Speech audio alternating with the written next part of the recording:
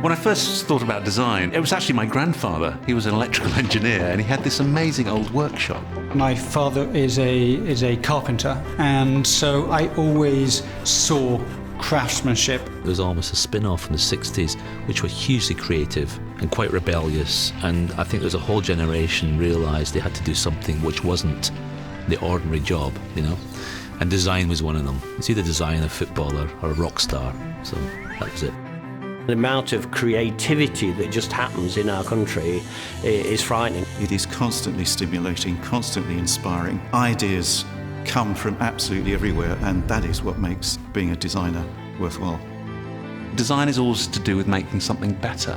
Whatever it is, has to be fit for purpose. It's not just the skin, it's really going inside, making sure the engineering is correct, and solving problems around that. Take a feeling and make it tangible.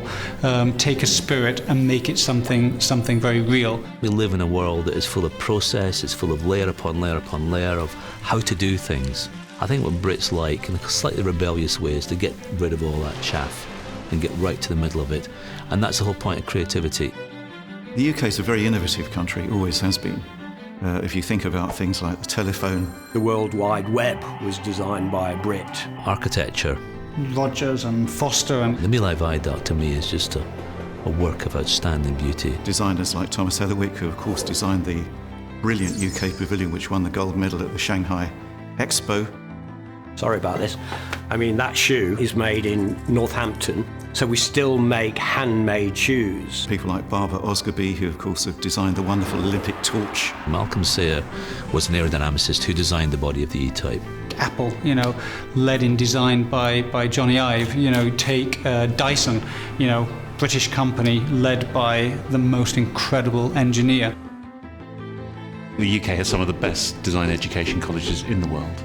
University of Arts in London. St Martin's College. Glasgow School of Art. The Royal College and Coventry University. We've got well over 30 different design disciplines in the UK being practiced at a very, very high quality indeed. And what you then get is all those disciplines cross-fertilising and cross-pollinating. And in that way you get this fantastic dynamism and buzz in the UK design industry, which makes it very, very special indeed.